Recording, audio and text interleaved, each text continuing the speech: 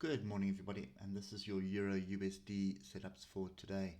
So, starting from the 8th hour, we spoke about this last week. That this was ranging, did look like a bit of a rounding bottom, but it was kind of taking its time, and we needed a break above structure before we could actually commit to a change in direction, and that happened on Friday.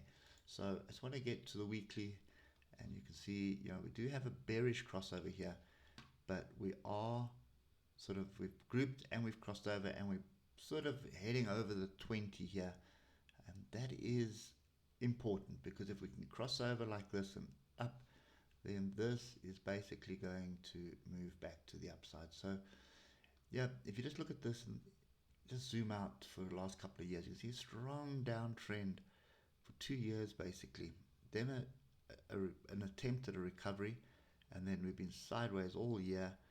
It did look like we're going to drop again, and then all of a sudden, we've got this. This is a flag still in my eyes, anyway, but we do have this key level that we're sort of getting above at the moment. So, and this trend line is broken.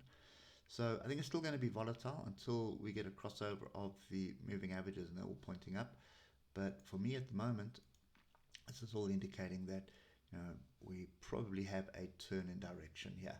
So just while we get the 3 out, don't forget to smash that like button, and we'll get some structure for us now. So this is the first level that I'd be paying attention to, probably the only one today.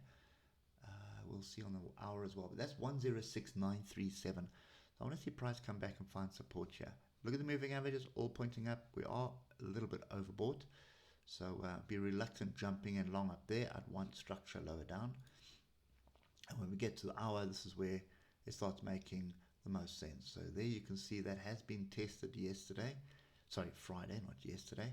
So that is the half decent opportunity. I'm just going to get to the 15-minute because this is where we're going to see the structure we need to pay attention to. So yeah, that was tested on Friday. So let's just add the next level in. Next level is going to be this tail here. We haven't quite tested it yet. That's 107198. So we'll see what happens at the European market. I would assume a test there. There is a little bit of a triangle break here, so that intersects the same level. So I'm looking for long off 107190. That's kind of what I'm looking for, and I'm going to. So I just want to get a target area. I think that's probably our target area there. So it's 107684. Let's just get back to the 15 minutes and look at it in a bit better structure. So you'd be looking for a trade off here, and let's just say we have, I'd say 160 point stop loss to be safe, and then you'd be looking at 445 point gain to the upside.